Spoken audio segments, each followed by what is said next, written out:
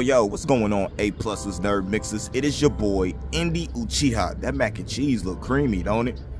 Man, I'm telling you, bringing these reviews are like the highlight of my week, and I'm gonna do it wherever I can. So right now, I'm actually sitting outside work, waiting on them to open up. But I was like, man, let me hop on that Halo season 1, episode 2 review, Emergence. And look, I even bought a tablet just so I could take notes and bring y'all quality content that you guys are used to. So this episode was basically the birth of Cortana, which the difference between the game and the show actually makes, I personally feel, Cortana's evolution that is going to happen and the character that she is makes it that much more doper in what's going to happen. And I'm really digging this. I know a lot of people are so up in an uproar about sticking to game lore and showing exactly what happened in the game on the show. Nah, because to tell you the truth, that would be boring.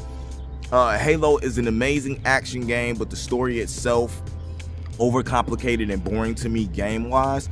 But this itself in general, the story they're trying to tell, to me is dope, even though I feel it could be a little bit smoother in how they tie everything together and what's happening. So we know we got Halsey who ended up being able to convince the board into letting her go ahead with the Cortana program in order to get Master Chief under control, because Master Chief is such a good war asset and she's using all of that to her advantage and what's going on, right? So basically, after getting the Forerunner artifact on Madrigal, and everybody's starting to, Master Chief getting his memory back, and not just memories. We're starting to find out this episode that it's not just memories that he's getting, he's starting to feel as well. Like, it's been a long time since he felt emotions because of that thing that's implanted in them that takes their emotions away. No sense of taste, no emotion, just makes them concentrated on what's going on in battle. And him touching that artifact and reliving these memories that he's having is actually giving him feelings and emotions of what happened. So we all know that John went and saw his old friend Soren, you know what I'm saying, before giving himself up to the UNSC. When he gets there, he's locked up. And they proceed, after Halsey proceeds to convince what's going on, convince the board that even you know what I'm saying, without the one general, I forget what she is. I always forget her name because to me she's a forgettable character. I don't understand you can be that powerful to be a forgettable character. But convince them to let her go on with the Cortana project. She has that talk, like I said, with Master Chief. And it's basically like it's weird how she's a mother, but she's like one of the mothers that's only praising you in order, as long as you're doing what's going to help her succeed in life, like them pageant moms or them dance moms. So that's crazy. This episode starts off on the planet Oban. I think I got that right. It's a UNSC wasteland, and it's like where people are forced to live on the surface and like scrounge around for garbage that's dumped by the UNSC dropships. You see this young girl walking around with her friend. She's been beaten and burned by a guard when the Covenant jump up, and then like they do a strike because they're searching for something. Something sent them to find something that's important, and they're walking around and then they realize that it's this girl. This girl is what's important. That's the vessel. Then you turn around to get the reveal that this young girl was Maki, the human member of the Covenant, the one who's advised by the elders, who says she'll recover the relic. And not only did she say she's going to recover the relic, she said she's going to bring you Master Chief's head. They call him the demon. We're going to bring you the demon's head. Excuse me. And that's interesting to me because it's like she longs for this human side. She clings to these books, but she had her first kiss with a boy, you know what I'm saying, on the planet, because he's showing her a thing in the book about kiss and then you need to kiss me, and it's just all this control and stuff that's going on with her. And I really feel like she's going to develop into a character who finds her own freedom and kind of takes over. Will I think she'll turn to the side of good? No. but I really do believe that she's going to head up what's going on, and she's not going to be the person that answers to everybody for too long, and she's going to take the forefront and lead. She ends up going on her mission. She ambushes a UNSC vessel. You see them little worm things that form into them hunter things take down all the crew as she's asking where the demon and where the artifact's at, but ends up getting no say on what's going on. And it's really cool the way she did it, because she ends up on a Covenant ship, and she acts like she's the only one there, and she's the only human survivor, and that after the ship went dead, that she was the only survivor. What's going on? They end up letting her board, and she ends up just taking over and just mauling through everybody, which was crazy, right? Then the rest of the episode, let me get to what's going on with Kwan. Kwan is convinced that she needs to stop the rise of Visioner Groff, who was probably placed there by the UNSC to take over her home world, and she wants to try to get connected back with the Resistance in order to try to, you know what I'm saying, help her father's vision and dream, come true on what's going on, right?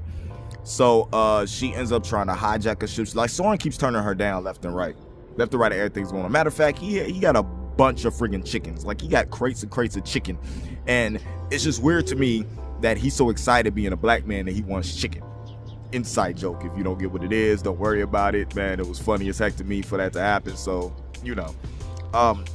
she ends up convincing Soren that her family's rich and give him a lot of money in order to help her for travel to be linked up with the Resistance in order to try to stop Visner from being in charge on Madrigal. And Soren says, look, I'm going to get my money one way or the other, because there's a bounty on your head too. So if them people ain't got the money you want, I don't think he'll do that because of his loyalty to, I don't know if he really has loyalty to John Master Chief, Sierra 117, but we'll see what happens with that, because I really feel like he's a kinder man than what he is, right? Most of this episode deals with the introduction of Cortana and her relationship and her interactions with, John Master Chief. It's some visceral stuff that goes on, and I really feel like they went for the creep factor more than just the creation, because that clone that Halsey ended up making has to get sacrificed in order to create Cortana to be implanted in Master Chief's head.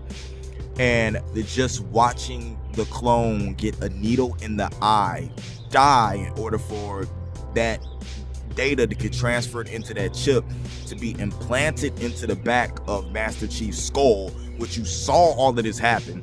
I even a little bit when I saw that. There's something about needles going in eyes that totally freaked me out. You know what I'm saying?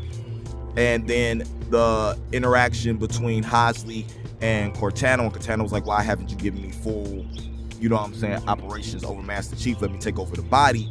And them coming to the realization that it's not Master Chief's mind or his body that activates the artifact, is him being in charge of him that does it. So they're not able to let Cortana do that in order to figure out what's going on with the artifact, right? So it's a bunch of interaction between him and Cortana. Cortana helps him to be able to take the thing out his back. He's walking around feeling and stuff. After that, ends up going to like a little classical concert, all types of stuff while he's doing that. Ends up feeling like he's trusted Cortana a little after he has nothing to do with her. And one of his Silverton people actually witnesses him take that out his back, and Halsey the whole time just letting that go, like telling Cortana, let him do what he needs to do, let him do what he needs to do, and Cortana like advising against it a little bit, but going to do what her creator tells her to do.